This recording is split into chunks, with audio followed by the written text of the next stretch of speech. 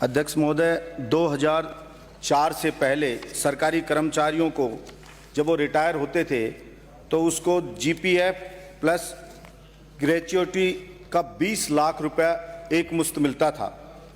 और उसके बाद में उसके बेसिक वेतन का 50% और अन्य लाभ सहित उसको पेंशन के रूप में जीवन भर मिलता था। लेकिन 2004 के बाद से जो कर्मचारी नियुक्त हुए उनको नई पेंशन स्कीम में डाल दिया गया और उस पेंशन स्कीम के अंदर 10%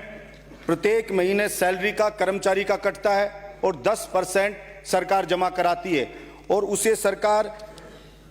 एनएसडीएल कंपनी में जमा करा देती है।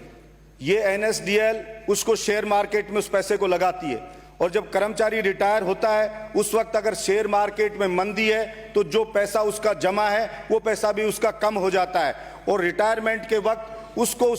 जो पैसा टोटल जमा होता है उसका 60% दिया जाता है और उस 60% के ऊपर भी लगभग 30% के लगभग उसके ऊपर टैक्स के रूप में कट जाता है। 40% जो बचता है वो शेयर मार्केट में रहता है, उससे जो प्रॉफिट होता है वो उसको पेंशन के रूप में दिया जाता है। ऐसा ही मैं एक उदाहरण बताऊंगा जो केवल नाम मात्र का होता है, ना के बराबर होता है। ऐसे ही एक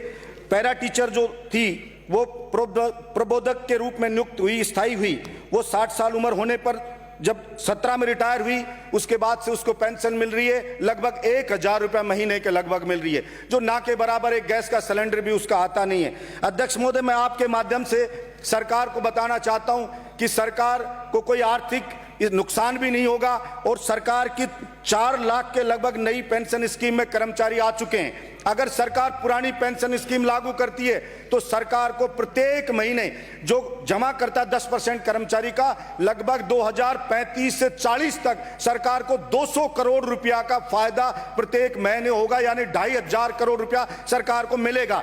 अध्यक्ष महोदय, मैं सिर्फ इतना कहना चाहता हूं, सरकारी नौकरी का चार्म इस बात के लिए था कि आदमी देखता है बुढ़ापा स्वाभिमान के साथ, मान सम्मान के साथ मेरा कट जाएगा, मुझे किसी पर निर्भर नहीं रहना पड़ेगा। और इस वर्तमान युग में हम बुजुर्ग लोगों की हालत देख रहे हैं, वृद्धाश्रम की जो संख्या बढ़ती जा रही है वो इस बात का प्रमाण है कि बुजुर्गों के साथ अत्याचार हो रहा है। सेल्फिश इस जमाने में बहू बेटे बुजुर्गों को निकाल रहे हैं, आए दिन मुकदमे हो रहे हैं, आए दिन अखबार में पढ़ते हैं। इसलिए मेरी सरकार से ये दरख्वास्त है, सरकार से निवेदन है कि सरकार राजस्थान के कर्मचारियों को पुरानी पेंशन स्कीम में डाले, उनके साथ न्याय करे, सरकार को भी फायदा होगा, यहाँ के कर्मचारियों को भी फायदा होगा और बुजुर्गों का सम्मान भी जिंदा रहेगा। इसलिए सरकार इसके ऊपर ध्यान दे और जल्द से जल्द इसका निर्णय करे। 1-2 स्टेट में ऐसा किया भी है, इसलिए मैं चाहता हूँ राजस्थान सरकार भी जल्द से जल्द कोई सकारात्मक सोच रखते हुए निर्णय ले।